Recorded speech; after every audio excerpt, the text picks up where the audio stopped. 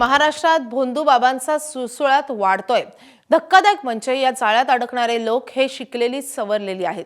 समाजामध्ये हव्यास पसरलाय आणि भोंदू बाबा त्याचाच फायदा घेत आहेत आणि त्यामुळे शालेय शिक्षणामध्ये चिकित्सक मनोभावाचा समावेश करणं आवश्यक आहे, असा उपाय अंधश्रद्धा निर्मूलन समितीचे डॉक्टर हमीद दाभोळकर यांनी सुचवलाय। त्याचबरोबर जादूटोणा विरोधी कायद्याचा शालेय अभ्यासात समावेश आवश्यक असल्याचंही हमीद दाभोळकर यांनी म्हटलंय। त्यांच्याशी बातचीत केली आमचे प्रतिनिधी वैभव बोडके यांनी। आपल्यासोबत आणि साचे हमीद दाभोळकर सर आहेत। सर, काय सांगाल, शिकली सवरलेली लोक आता या अत्याचाराला बळी पडताना आपल्याला पाहायला मिळेल? गेल्या काही वर्षांमध्ये बदललेलं वास्तव आहे। पूर्वी असं समजलं जायचं की फक्त अशिक्षित लोकच अंधश्रद्धांना बळी पडतात आणि शिक्षण वाढलं की आपोआपच अंधश्रद्धा कमी होतील, पण तसं झालेलं नाहीये। याचं महत्वाचं कारण डॉक्टर दाभोळकर असं म्हणायचे की आपण विज्ञानाची सृष्टी घेतली पण विज्ञानाची दृष्टी घेतली नाही।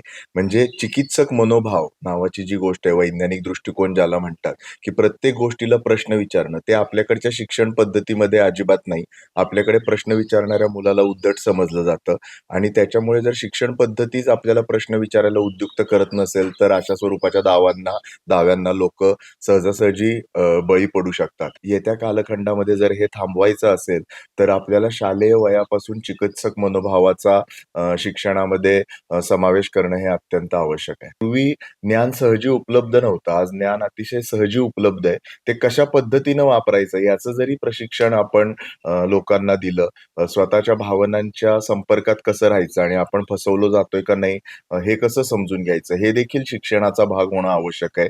भोंदूगिरीच्या विरोधामध्ये देखील जादूटोणा विरोधी कायदा महाराष्ट्रात आहे, त्याच्याविषयीची माहिती देखील शालेय वयापासूनच मुलांच्या अभ्यासक्रमात देणं आवश्यक आहे असं मला वाटतं। कॅमेरामन ओंकार सह वैभव बोडके, एबीपी माझा, सातारा।